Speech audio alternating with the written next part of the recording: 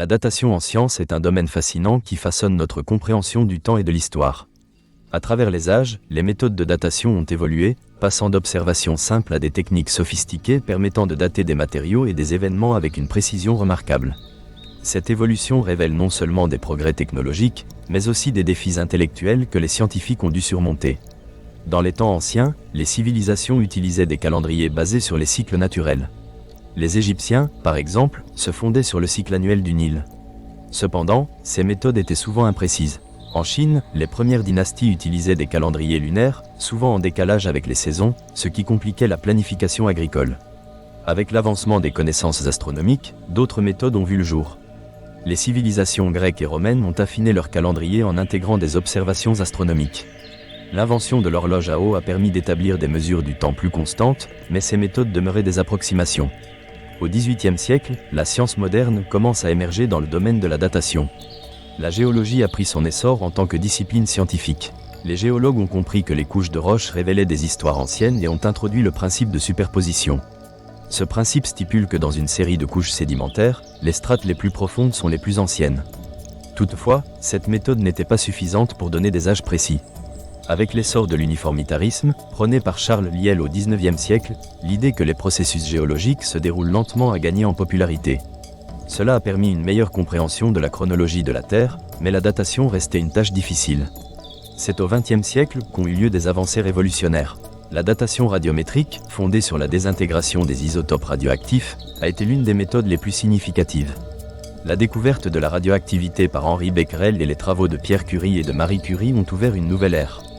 La méthode de datation au carbone 14, développée par Willard Libby dans les années 1940, a permis de dater des matériaux organiques avec une précision sans précédent. En analysant la quantité de carbone 14 dans un échantillon, on peut estimer son âge jusqu'à 50 000 ans. Parallèlement, d'autres techniques ont été mises en œuvre. La thermoluminescence permet de dater des matériaux céramiques en mesurant la lumière émise lors de leur chauffage. Les datations par isotope d'uranium à plomb ont également permis de déterminer l'âge des roches, fournissant des estimations atteignant des milliards d'années. Malgré ces avancées, des débats subsistent au sein de la communauté scientifique. Les résultats de la datation peuvent être influencés par divers facteurs environnementaux ou par contamination. Par exemple, le carbone 14 peut être altéré par des échanges de carbone entre les océans et l'atmosphère. Les chercheurs doivent donc garder à l'esprit ces variables et utiliser plusieurs méthodes pour corroborer leurs résultats. Les inexactitudes ne sont pas seulement une question de technique, mais aussi de philosophie scientifique. Le concept que le temps ne soit pas purement linéaire, comme l'impliquent certaines théories quantiques, remet en question notre compréhension de ce qu'est véritablement le temps. Un aspect fascinant de l'histoire des méthodes de datation réside dans l'interdisciplinarité. La collaboration entre géologues, archéologues, physiciens et biologistes a conduit à des méthodes novatrices. Par exemple, la dendrochronologie, fondée sur l'étude des anneaux de croissance des arbres, fournit des informations sur les anciens climats et événements environnementaux. La palynologie, qui analyse les pollens fossiles, contribue également à des datations précises. Ces techniques offrent des informations sur l'évolution des écosystèmes au fil du temps. À travers l'évolution des méthodes de datation, l'importance de la réflexion critique est essentielle. Chaque nouvelle méthode doit être soigneusement évaluée, et les données doivent être interprétées avec prudence pour éviter de tirer des conclusions hâtives. Enfin, l'histoire des méthodes de datation soulève des questions éthiques et sociétales.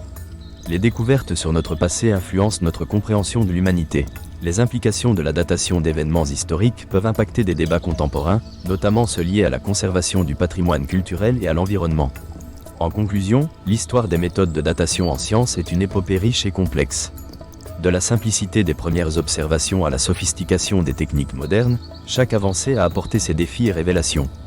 La datation ouvre une fenêtre sur le passé et invite à réfléchir aux implications de nos découvertes. Les méthodes de datation continueront d'évoluer, tout en nous confrontant à des questions fondamentales sur notre existence et notre compréhension du monde.